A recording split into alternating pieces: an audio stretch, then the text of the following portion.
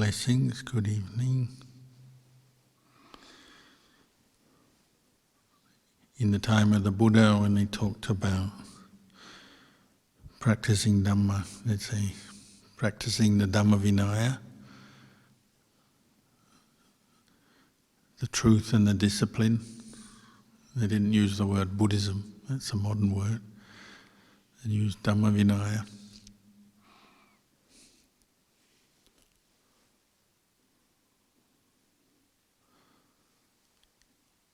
Nowadays we say practicing Dhamma. In Thailand we say Bampen Tham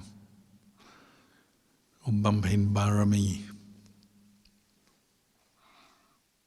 It's another description of the practice. Pāramī means 10 perfections, different qualities of mind that are perfected at the time of reaching Nibbana. Could be the Nibbana of a Buddha or a Pacceka Buddha or an Arahant, what we call a Sāvaka, student of the Buddha who's reached Nibbana. They've developed their power, perfected their Pāramī. Bampen in Thai means kind of bringing to completion. So we say there, somebody who's reached Nibbana, their Pāramī are full or complete or perfect. It's just one description of what you're doing following the Buddhist path. And these 10 qualities are different, obviously different qualities, but they all work together or come together in the mind of an individual who's practiced them and seen the Dhamma, realized the Dhamma, freed themselves from suffering.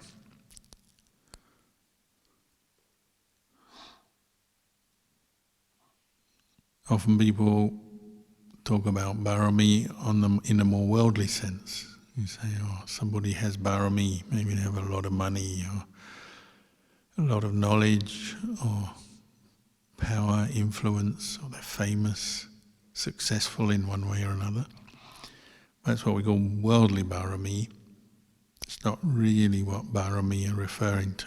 The word Pāramī is referring to these 10 perfections of mind that come through the practice and are not easy to develop, not easy to sustain either. Even Pāramī that you've developed can fade if you don't keep practicing and improving and committing to the practice. When I was a young monk, I went to an event, there was an opening of a meditation hall. There was hundreds of monks were invited and there was thousands of lay people were there. And the group of monks I was with, we were sitting and there was chanting parittas like we just chanted, and talks and other ceremonies going on. And there was one senior monk who was invited to kind of lead the ceremony, lead the blessing of the new hall, opening the hall. And one thing he did was lighting the candle. There was a very big, large ceremonial candle and he lit it and did some chanting and special chanting, special meditation at that point. But the monks I was with were talking and they're saying, a few years ago this monk, before he became famous, he had really good samadhi, up to the level of 4th jhana, which is very rare and very, not many people achieve that, even monks, very few achieve that. But then they said, all his jhana is gone. Because he became so famous and so popular, he never had time to meditate. So all his jhana kind of faded away, dribbled away. He wasn't able to keep it up. So he had Pāramī, but then the Pāramī sort of faded. No doubt if he put his mind to it, he could have gone back and practiced further, maybe regained what he'd done before. Maybe he did, I don't know. I didn't follow his life. Pāramī is like that. Until they're perfected, these 10 qualities, they can still go up and down, be stronger, be weaker. But some of the previous life stories of the Buddha talk about how he was developing these Pāramīs in different situations, in different lifetimes. So wherever you go in Asia, Buddhist countries such as Thailand, Sri Lanka, Burma, even in India, you'll see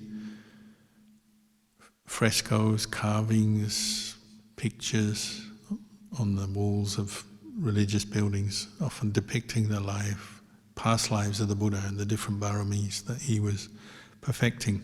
And some of those stories are famous even outside of Buddhism. People have heard of some of them.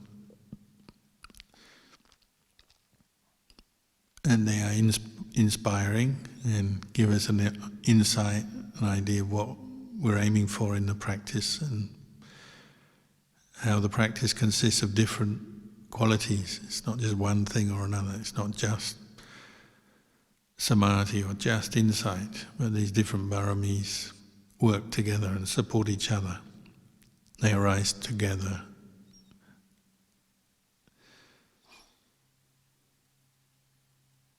The one you'll see most commonly throughout Buddhist countries is the life when the Buddha, the last life they say, when he was Vesantara, and he had to sacrifice his wealth, his wife, his children.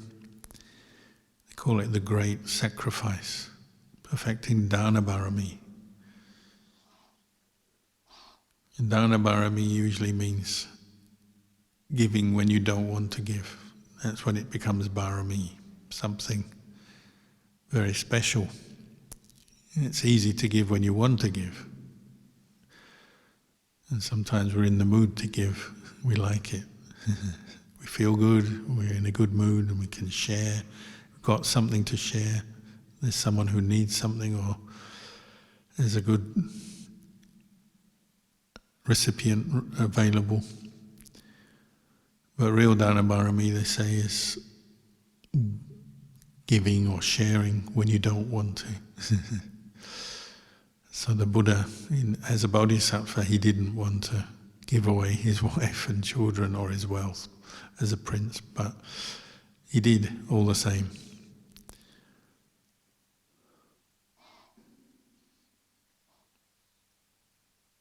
If you really want to deepen your practice, all these Pāramīs, you have to be able to practice them at times when you don't want to practice them, to give when you don't want to give, or to give when you're feeling weak or tired or ill or just not in the best situation, but you can still do it. Counteracts your stinginess, different kinds of attachment, your selfishness, which, if we're honest, we all have. The one who's attained the noble path, their Sotapanna, has given up their stinginess. They don't have that desire to accumulate wealth and power and fame and fortune just for the sake of it, because they're now focused on Nibbana. So if you're practicing for Nibbana,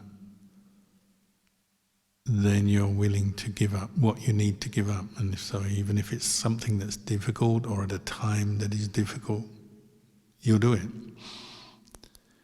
And say for the Sotapanna onwards, the different noble ones right up to the Arahant, there's no stinginess left, so it's quite natural to give, to share the Dhamma, to give forgiveness for those who have hurt one,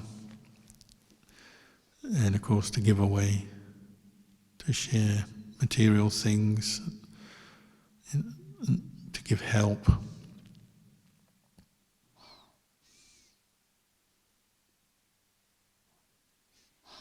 Again, sometimes people think, oh, somebody who's going to attain Nibbana, they have to go off and just practice in a cave or in the forest somewhere on their own to develop samadhi and develop their insight. And there may be times for that, and that may be part of what they do. But from what I can see, anyone who's really realized the Dhamma, they'll also have done a lot of giving, and they have that in them. They give easily and very naturally. As we know, Lumpur was one who gave. He gave his time to teach both laity and Sangha. Ended up with lots of students because of it. He was a very good teacher, but he would give time. He'd give support. He'd receive lots of monks, nuns coming to live with him, either ordain with him or ordain elsewhere, but then come to live with him.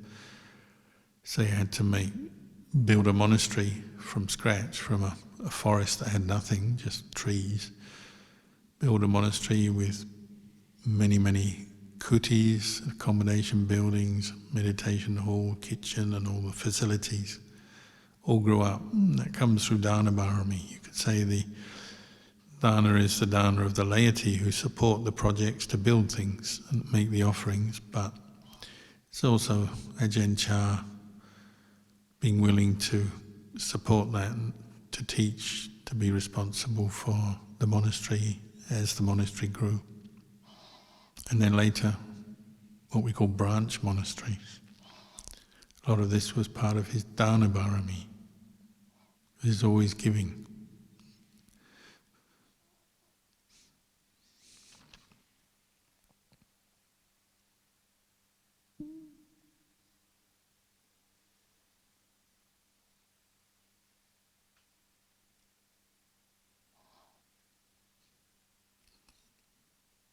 I remember when the first time I went to stay with Ajahn Mahabua, who's another monk considered to be an arahant, similar era as Lumpur Cha.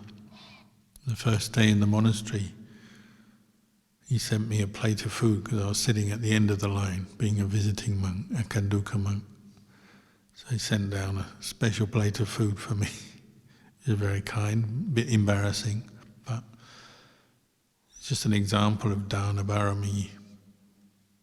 He was a very well-known meditation master with thousands of students and disciples, very busy, important monk, but he's still kind enough to send some food down to the newest monk in the monastery, sitting right at the end of the line. Many teachers I've lived with are like that. And they have a Dana Pāramī, they've practiced it or perfected it. That's why it's Pāramī. And it'll come out in different ways. They can give very naturally when the situation is right. Sila Pāramī, similar. It's a perfection of Sila. Just to abandon the intention to harm others through one's speech, one's actions. Even, when somebody hurts you, but not to hurt them back, to seek revenge. Pāramī is like that. So even when you're provoked or attacked even, not to deliberately seek revenge or to hurt others, not to take advantage of others through selfishness just to get something for yourself.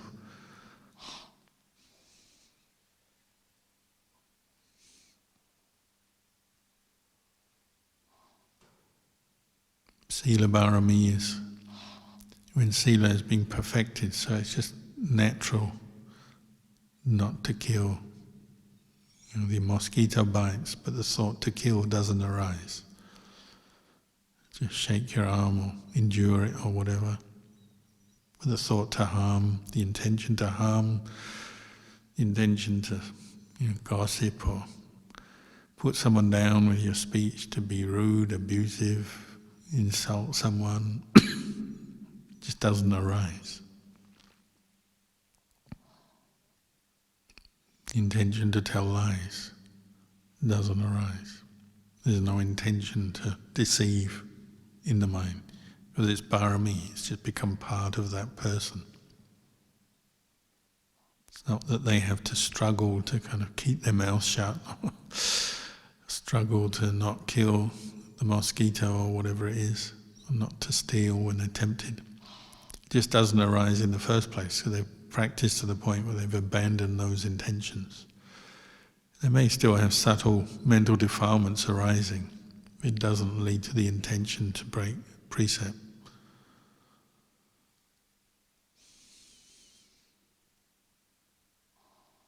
Nekama Pāramī means renunciation, means staying away from sensuality, mentally and through your actions. So like, Nekama is one of the words you use when somebody says they're going to ordain, come and live in a monastery, even just as an anagarika or a lay practitioner, keeping 8 precepts, they may be on a retreat, or become a monk or a nun. That's Nekama Pāramī, because you have to give up all kinds of comfort, money, keep celibate, live simply in the forest.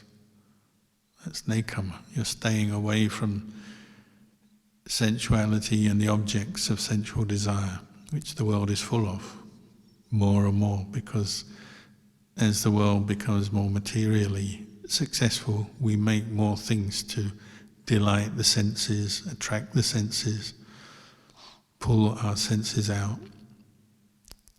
We produce more and more things every day for the world, for everyone, and we get completely caught up in them.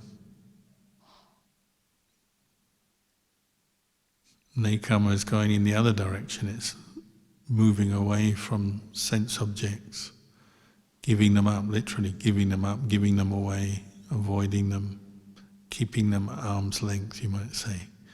And you can't stop them being sense objects in the world, things that bring up desire, lust, different kinds of sensual desire. Lust is probably the center of it all, but just desire for beautiful things, nice, delicious tastes, nice sounds, smells, touch.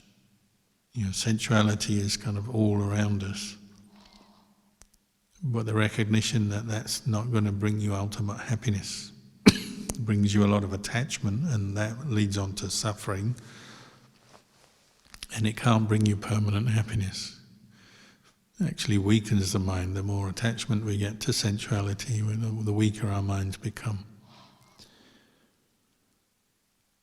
So coming to live in a monastery or taking on precepts, even if you do it at home, what you have to do is move away from sense objects and simplify your life. One reason you can do that, practicing the Dhamma and cultivating these perfections, is you develop some inner contentment, inner happiness, particularly that comes from meditation, insight, samadhi, from keeping the precepts, from cultivating joy, the joy of faith, the joy of listening to the Dhamma, reflecting on the Dhamma and so on. These kind of internal kinds of happiness sustain you, so you don't need to go out looking for the objects of the senses so much. But still, you have to have a basic intention to move away from sensuality, and that's Pāramī, and it's one of the biggest stumbling points for people in the practice. People always say, "Oh, why do I meditate and I don't attain samadhi? My mind's not peaceful." Well, a lot of it is because they're not yet ready or willing to give up the objects of the senses. They still like to fantasize and go back and seek out different sensual experiences, remember them, plan their next one. It fills our mind, doesn't it? If you want to develop meditation, you have to be willing to put things down and stay away from them. It's not easy, but you have to practice it or perfect it, develop it until it becomes more natural. Then you don't need these things and you can be happy without. That's why we eat one main meal a day in the monastery. You have enough food to keep you alive, keep you healthy, but you don't need go seeking out a lot of different kinds of food many times a day. And what happens when you in the lay life and you got enough money, then you end up eating so many times a day. There's always something to eat, some place to go, some snack to have.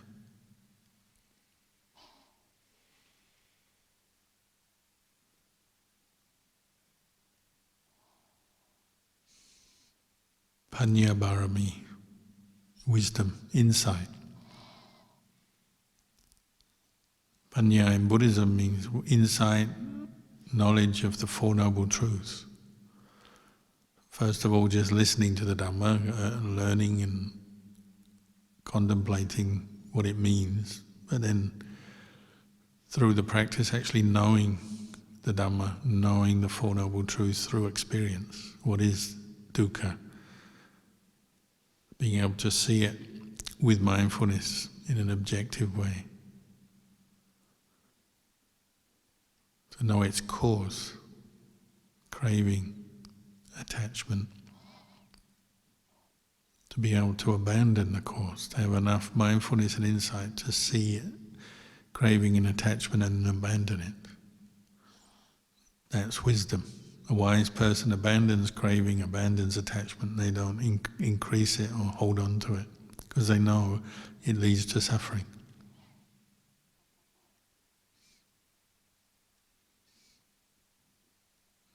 Realizing cessation of suffering. That's wisdom. There is the cessation of suffering, knowing it. You might think that's something very advanced and far away and you never really have that, but there'll be times in your day when you're not particularly suffering. You may say, well, suffering is just around the corner, but there'll be times when your mind is fairly quiet, peaceful, not a lot is happening in the terms of suffering. That's something to notice. Maybe previously you were angry and it's faded. Previously you had a lot of selfish desire or worry or fear, and then it's faded out. That's something you have to note when the suffering passes, and notice it. Cessation of suffering.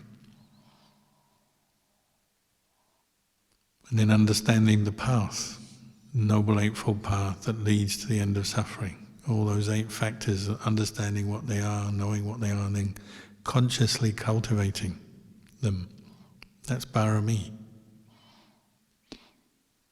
There's a question you can ask yourself, am I on the path, cultivating this path, or am I going in the other direction? Creating more suffering for myself or others, leaving the path behind.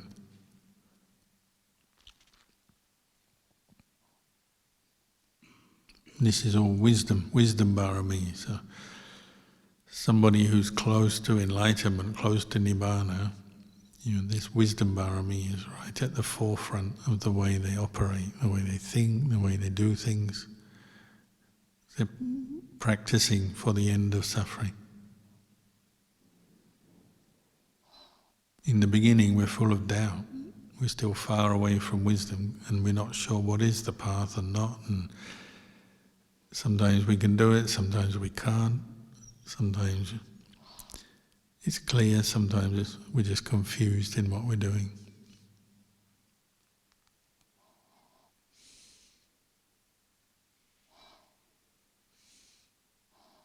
The more wisdom we have, the more Kanti Pāramī we can develop. Endurance, patience. That's a Pāramī when you can be patient even when there is suffering coming up, or when there's difficulty, or when somebody hurts you or insults you or something. Being patient means keeping your mind in a wholesome state and keeping the precepts, keeping that wisdom and insight available, keeping the mindfulness. When it's a Pāramī, then it's like it's there. Even in the most difficult situation, you still have some patience to fall back on. Because it's Pāramī, it's a perfection. There may be more to develop, but it's something that you keep, and it supports you and makes everything you do, we say, beautiful in the Dhamma.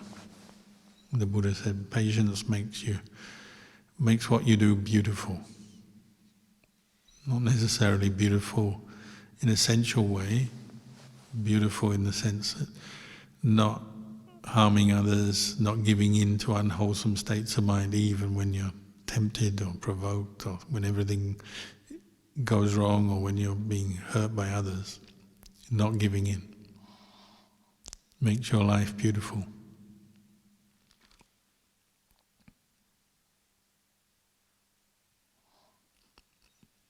When you're humble, it's not quite the same as patience, but usually when you're patient, you can be humble. So even if you do something good and nobody recognizes it, it doesn't matter. You can be humble, not expecting praise or not expecting anything at all. The more you practice, humility and patience, they go together. So even when you're facing some kind of something that's unfair, an unfair situation, to still be patient, still be humble.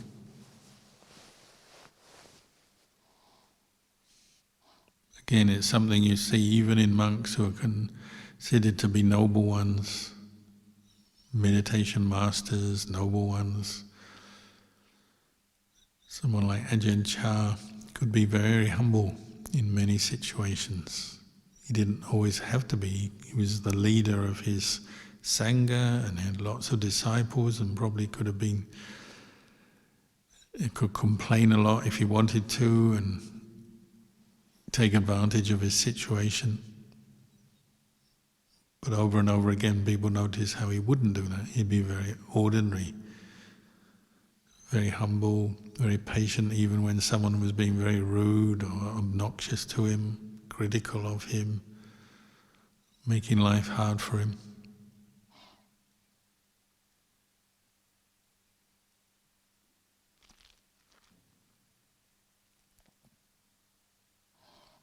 Virya Pāramī.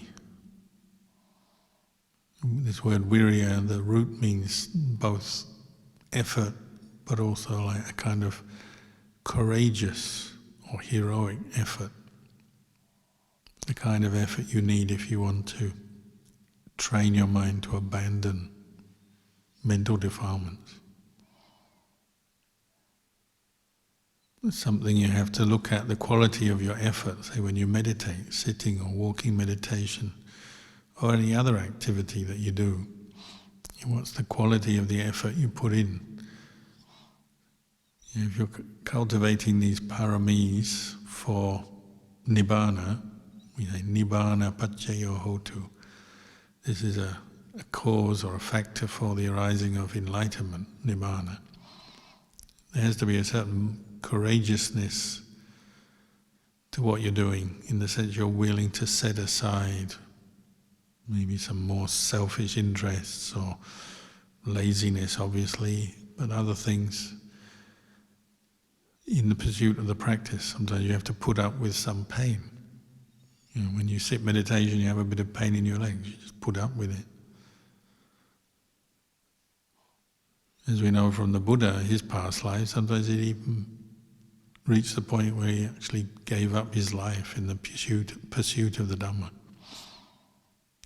Put himself into difficult situation, helping someone, sacrificing for someone else. It required a lot of effort, and even heroic effort. Maybe you have very strong anger coming up. You need heroic effort to tame that, subdue that, not give in to it. Or you have fear. Like Ajahn Kalyano, when he was in the forest, in the graveyard, in the charnel ground. And he had fear of ghosts. He wanted to get up and run away, but he stuck with it. Meditated all night, till in the morning his urine had turned to blood because he'd been holding it in. He didn't want to stop meditating.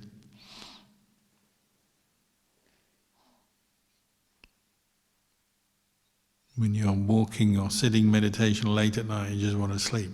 The heroic effort says, well, no, I'll stay on, practice a bit later. Give up the desire to stop. And that takes a heroic effort. Or doing a job of work, maybe just a very ordinary kind of job. You're sweeping or cleaning or doing some chore you've been assigned, and part of you just wants to be lazy or can't be bothered. But you make yourself do it, maybe even make yourself do it really well. Be more thorough than usual. That can be a kind of heroic effort as well. Or the effort to restrain yourself in your precepts when you take food, not to indulge your desire for certain foods. It can be a heroic effort just to be restrained, take a modest amount rather than take what your mind is saying you want, not following the desire. On and on you can go, thinking where you can be put more effort into your practice. And sometimes it's a heroic effort. It may be going on inside your mind. Nobody actually knows what's happening other than you. It's very personal sometimes. We usually think of heroic effort like a soldier or a marathon runner or somebody doing some physical feat, which also requires a certain heroic kind of effort, but where it's more productive maybe for us in our lifestyle is training the mind to give up greed, anger, delusion, to develop mindfulness, to develop insight. It's not always easy, and it's not always something that you can show to others. So heroic effort is not looking for someone else to praise you, because it's internal. Another person might never really know what you've done, what you've practiced. You can imagine any Buddha or Arahant or anyone who's developed the path, the noble path, would have done a lot of heroic work with themselves, often unseen.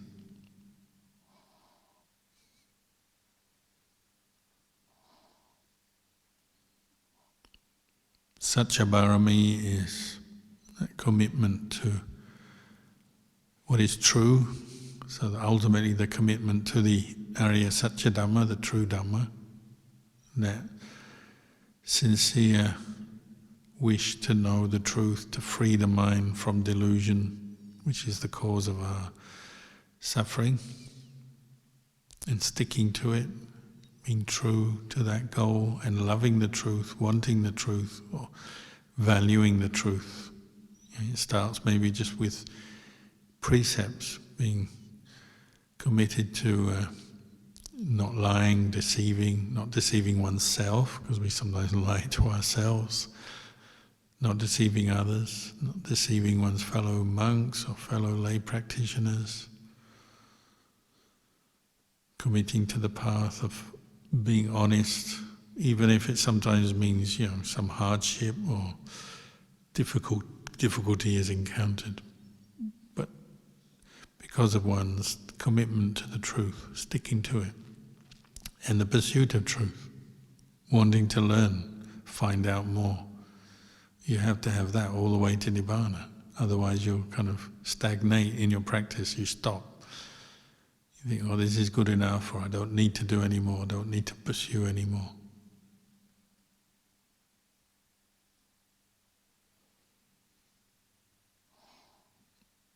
Often it goes hand in hand with Adhitthana Pāramī. We translate that as determination or resolution. Adhitthana is like the firmness of mind, committed to the practice or a particular practice in training yourself. you make adhitthana, say you're going to become a monk. You make adhitthana, I'm going to be a Buddhist monk now, and I'm going to keep the precepts, the Vinaya of a Buddhist monk. Or lay person makes an adhitthana to keep the 5 precepts or 8 precepts. There's a firmness of mind or determination. They say it's like driving a post in the ground.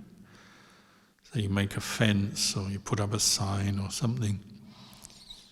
You want your post to last a long time, you have to drive it into the ground firmly. Keep it firm there. So it's like that, sort of driving the pole into the ground. Perhaps it's a bit like in the movie, You Shall Not Pass. It's driving your stake into the ground. You're not going beyond this point. But in a good way, in a good cause. I will not give in to a certain bad habit or certain defilement. I will keep practicing this, whatever the difficulty. Satya is like, you have your commitment to the truth, you're sincere, you're not kind of half-hearted or faking it. Adhitthana is the firmness that goes with that. So say you commit, I'm going to sit meditation for an hour, I won't get up. Whatever happens, however peaceful or not, however much pain I have or not, I won't get up for 1 hour. So you have your goal, you're true to your goal, you have Satya Pāramī and you make an adhitthana, I'm going to sit for an hour, for example. So they work together. You have to keep returning to your determination, your adhitthana. The hour is not up yet, so I'm not stopping. So it also draws out the other Pāramī, like the virya, the kanti, the wisdom, all these other Pāramīs are drawn out once you use adhitthana. But you have to be wise in the kinds of resolutions you make, not to make something too difficult or beyond your means. Otherwise it becomes counterproductive maybe. But as Pāramī, it means you know how to resolve, how to determine your mind, and you know how to use it to keep cultivating good qualities, to cultivate the path. Metta Pāramī, kindness, goodwill. We all know sometimes that disappears. We get angry, we get irritated, we get depressed, get upset with ourselves, upset with other people, annoyed with the world. Your metta is up and down all the time as we go through life. As a Pāramī, it's something you cultivate on a daily basis, and you refuse to let it drain away from your mind, even when you're under pressure. You're weak, you're ill, you're tired, stressed, difficult situations, you keep your metta. When it's a Pāramī, that's how you're practicing. So the Buddha would talk about his own life, previous lives, and how even when people were hurting him, right, they grabbed him and they're sawing his limbs off, he wouldn't give up his metta, his goodwill, his basic wish for himself and those people to progress in the Dhamma, to attain the Dhamma. It's the opposite of just wanting to harm or get back at someone, seek revenge because of your anger. So metta always leads on to karuna in the case of suffering, whether it's yourself suffering or someone else. If you have true goodwill for others, then you also will naturally have compassion. If they are suffering, you want them to be free from suffering. Or if you see they might fall into suffering, you want to prevent that. And when people are successful and happy, mudita, you're happy for them. You share in the happiness, you're happy that they're happy. And the opposite of jealousy. But even metta has to be balanced by upekkha. When you can't help someone, or it's beyond your means, it's just impossible, or nothing you can do, you have to accept that. So you also need upekkha. Or in your own case, when you have some suffering and there's nothing you can do, so particularly with things like injury or illness. Often you just have to put up with things, don't you? You have to have upekkha. Can't blame anyone. You wish yourself well, but you can't do much about it, so you have to keep your equanimity, your balance in that situation. And when things go wrong or old karma comes up, there's nothing you can do. Whether it's yours or somebody you know or someone you love, often you just have to accept it and keep calm in a challenging situation. Metta and upekkha are very close to each other. They're both Pāramīs. The highest kind of upekkha is like bojjhanga upekkha, as we chanted tonight. The seventh factor of enlightenment, the complete equanimity to all conditions, all sankhara, physical, particularly to the body, neither caught into attraction for the body or the bodies of others, nor aversion or despair or fear. Just knowing physical form as form, natural elements that are without self. And equanimity towards mental states. Even the high and refined mental states, say of jhana, the bliss, the happiness of samadhi, and of course the equanimity towards unwholesome mental states when they arise. So that requires mindfulness and wise reflection.